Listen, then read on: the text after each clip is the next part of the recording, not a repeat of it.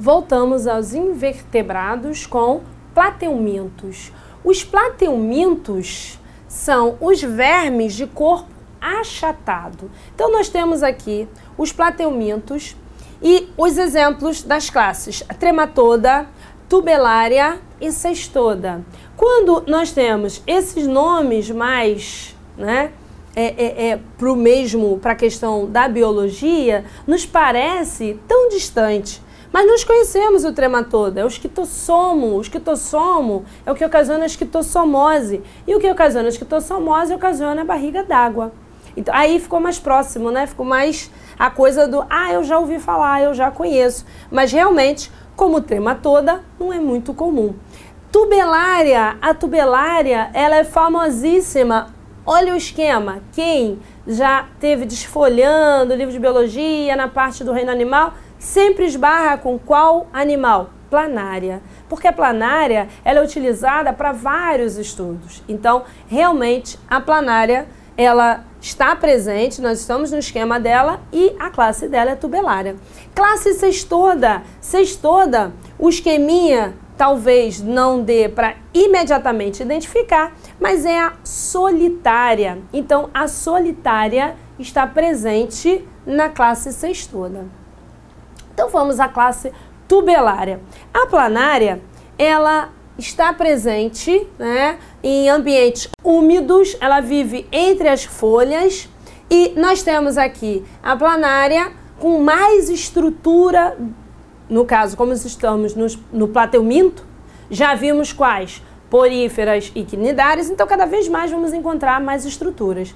Então nós vemos aqui a faringe, que nos indica que a faringe já foi completa, não é um início de faringe, a boca e o poro genital.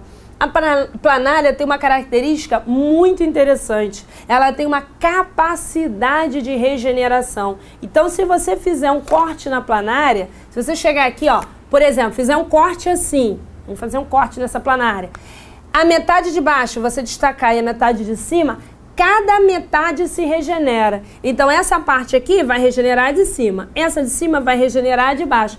Então, mas e se eu fizer um corte assim, ela vai se regenerar? Vai. Cada metade vai se regenerar. Então, a planária, ela tem essa capacidade de reprodução assexuada quando ela é lacerada, quando ela sofre cortes, A laceração nada mais é do que um corte. E aí nós visualizamos internamente essa planária com a epiderme, os cordões nervosos. Nós não tínhamos visto sistema nervoso com tanta ênfase, Então se apresenta num grupo dos plateumintos com mais ênfase o sistema nervoso. E nós temos a esquitossomose, que é ocasionada pelo esquitossomo. O interessante é que a fêmea passa a maior parte do tempo dentro do macho. Então, esse aqui maior é o macho. Esse aqui menor, saindo por aqui, saindo um pedacinho aqui, é a fêmea. E como esses indivíduos vivem dentro de outro, eles são parasitas, eles têm adaptações para não serem expulsos do organismo. Então, eles têm o quê? Ventosas. Então, quando ocorre uma contaminação pelo esquitossomo, o que acontece? Ao chegar no seu intestino, ele faz o quê? Ele gruda, fica totalmente preso por conta, a fêmea tem ventosa e o macho tem ventosa também. E por que dessa situação das ventosas? Porque o nosso intestino tem contrações para eliminação de resíduos da digestão. Se não fossem essas ventosas, esse esquitossomo, ele iria ser eliminado. Então, eles têm adaptações, são parasitas que têm adaptações para se manter fixo dentro do corpo do hospedeiro. E o esquitossomo, ele ocasiona a esquitossomose ou barriga d'água. Ele ocasiona o que se chama de ascite, que é aquele volume no abdômen que é por acúmulo de água.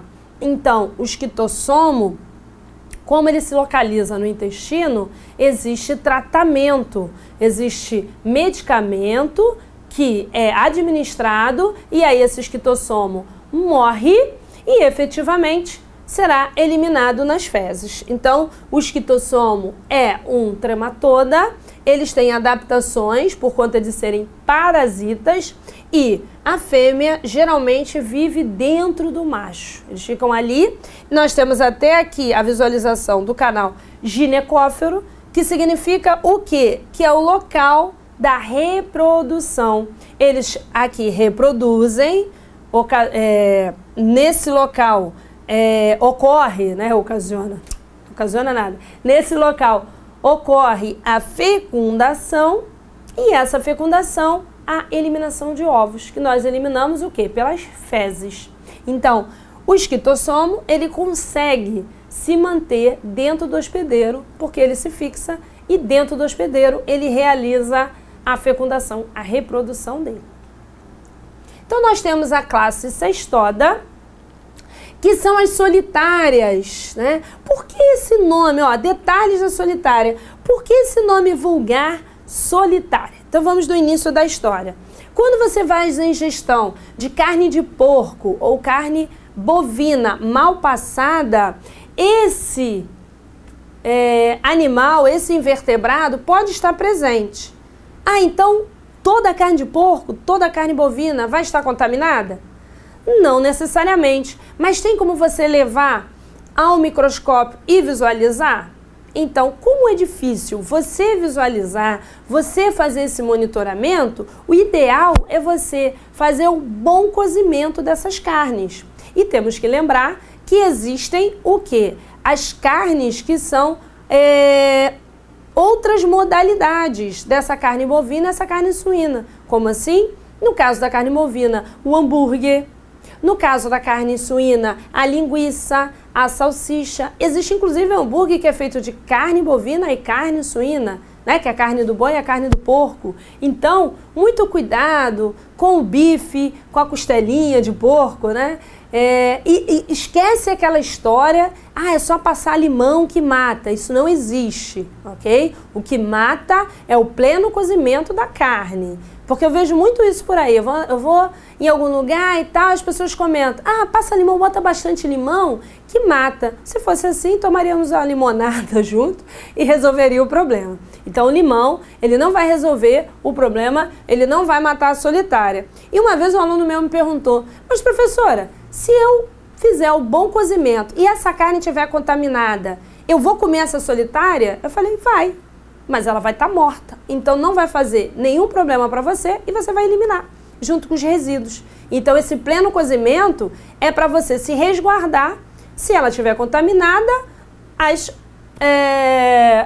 solitárias, né, as tênias, elas vão morrer.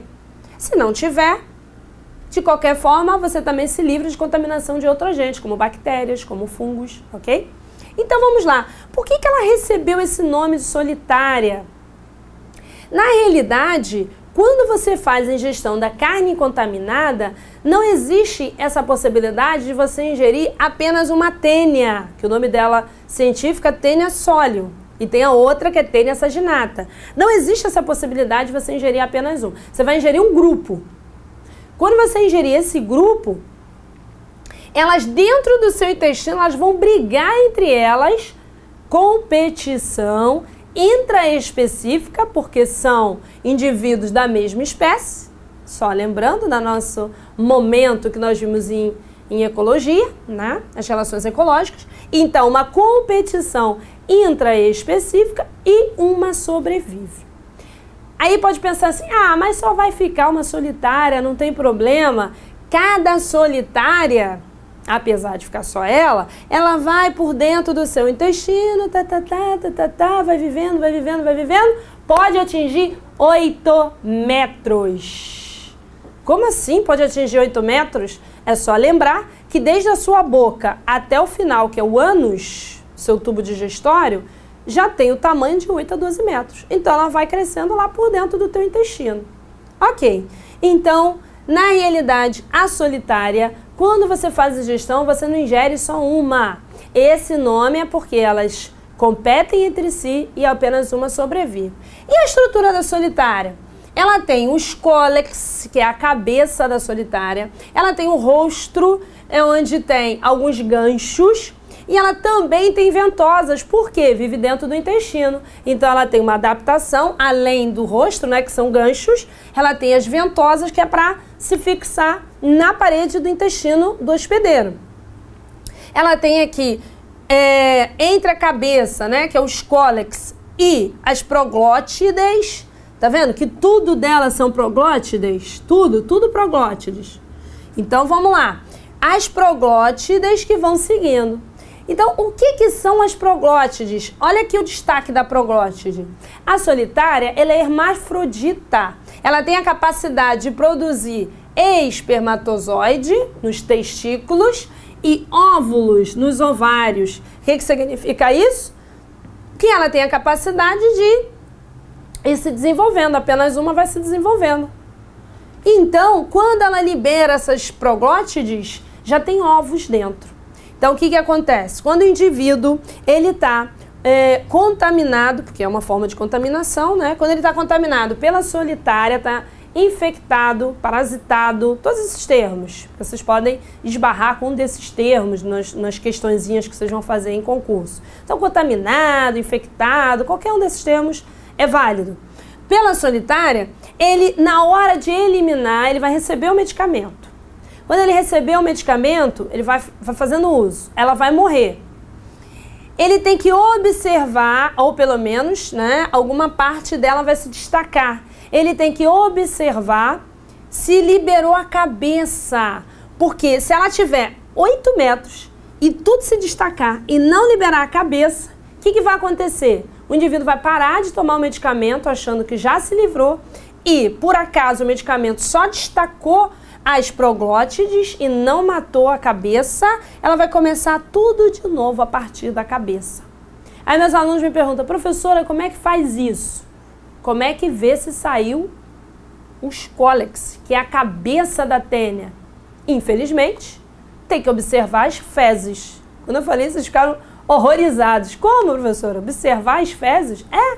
Tem que fazer, né? Tem que eliminar as fezes em um local que você possa ir ali remexer e observar se foi eliminado os cólex. Só assim você se livrou dessa solitária. Porque se os cólex ficar dentro do hospedeiro, todas as proglótides vão surgir novamente. E uma observação, quando você é contaminado pela tênia, ela pode ocasionar 2 problemas. Teníase, quando é solitária, parasita o intestino. E aí ela vai acabar se alimentando dos nutrientes que você faz ingestão. Vai te dar mal-estar, anemia, fadiga, essas consequências. Mas algumas tênias, ainda em fase de ovo, porque você ingere em fase de ovo, cisticerco, alguns desses cisticercos, eles atravessam a parede do intestino, caem na corrente sanguínea e fica procurando um lugar dentro do teu corpo. Fica procurando um lugar que tenha tantos nutrientes quanto o seu intestino. Qual é outro lugar que vai ter tantos nutrientes quanto o seu intestino, que precisa de nutrientes todo o tempo? A cabeça. Então, esse cisticerco, que ainda é o ovo da tênia, pode se instalar na cabeça, esse ovo rompe, e aí a doença é denominada cisticercose, em que essa tênia vai crescer na sua cabeça. Então, para evitar essas possibilidades, é melhor o cozimento da carne do boi, a carne bovina, a carne de porco, a carne suína, ser feito efetivamente. Não vamos arriscar, ok? Então, nós temos agora os nemateumintos. São vermes de corpo cilíndrico. Estávamos vendo qual grupo? Vermes de corpo achatado, os plateumintos. E aí temos aqui como exemplo o ascaris, que é a lombriga, e a filária, que ocasiona filariose ou elefantíase. Então, nós temos aqui o exemplo de um ascaris macho, e esse exemplo nos demonstra o quanto de complexidade, né? Estamos evoluindo na escala dos invertebrados, o quanto de complexidade. Então, nós temos a boca, nós temos toda essa parte de sistema digestório um pouco mais desenvolvido, porque nós conseguimos visualizar a faringe, o intestino e um poro excretor. E aí nós, além disso, podemos perceber um gânglio cerebral. O que é um gânglio? É como se fosse uma bolinha, tá? Um gânglio é como se fosse uma bolinha surgindo. E um cordão nervoso dorsal. Um cordão nervoso, só o cordão. Lembra, estamos em invertebrados, então não tem nenhuma situação em relação a cordão nervoso como ocorre nos vertebrados. O cordão fica aqui livre. É só lembrar que é uma situação de uma lombriga, né? Eu até coloco o esquema ao lado para a gente perceber bem. Então a lombriga também é por uma alimentação, tá? Então nós temos que ter muito cuidado com essa ingestão dos alimentos contaminados. E aí nós percebemos aqui a cloaca e uma espícula peniana, que já seria alguma coisa iniciando um aparelho reprodutor. Então, a lombriga, que é o Ascaris, está presente aí no grupo dos nemateumintos. E os nemateumintos são vermes de corpo cilíndrico. Então, fechamos esse bloco.